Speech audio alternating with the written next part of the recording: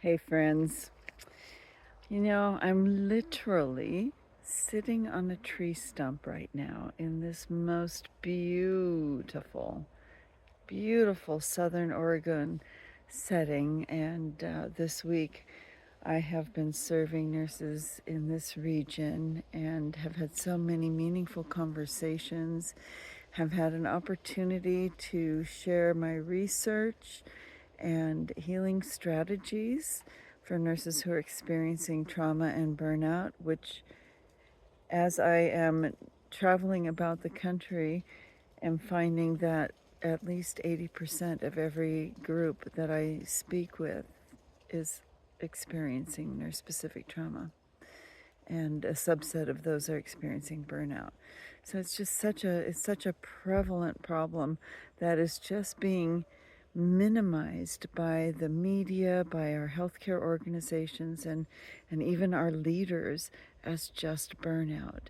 And the nurses should just be more resilient. Well, guess what? The mitochondria can only produce so much energy.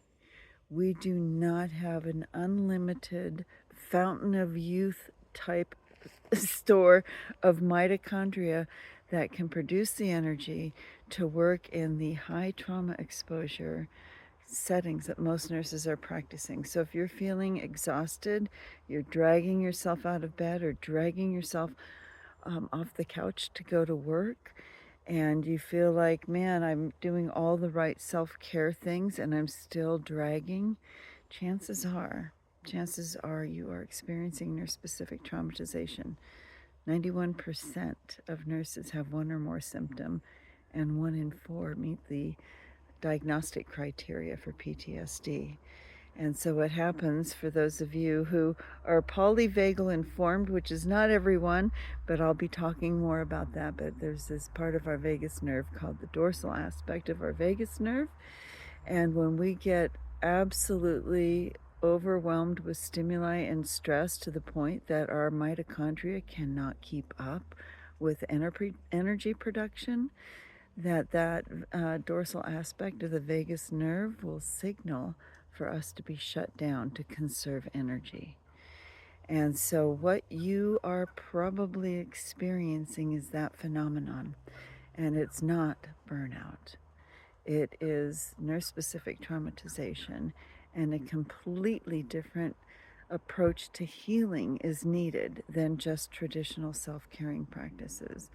So if you're at all interested to learn more, just drop the word assessment, or you can go to my website, drlorrelaws.com, and there you'll find just a plethora of resources and support. So while we're in nature, let's just take a little forest bathing here together and know that nature has healing and restorative properties. So if you are having a hard time getting off the couch, drag yourself off the couch, get in your car, and go to your nearest park, forest, desert, ocean, lake, any place. You don't have to travel far. Whatever's in your community, find the green, find the water, and find your healing. From my healer's heart to yours. Until next time, namaste.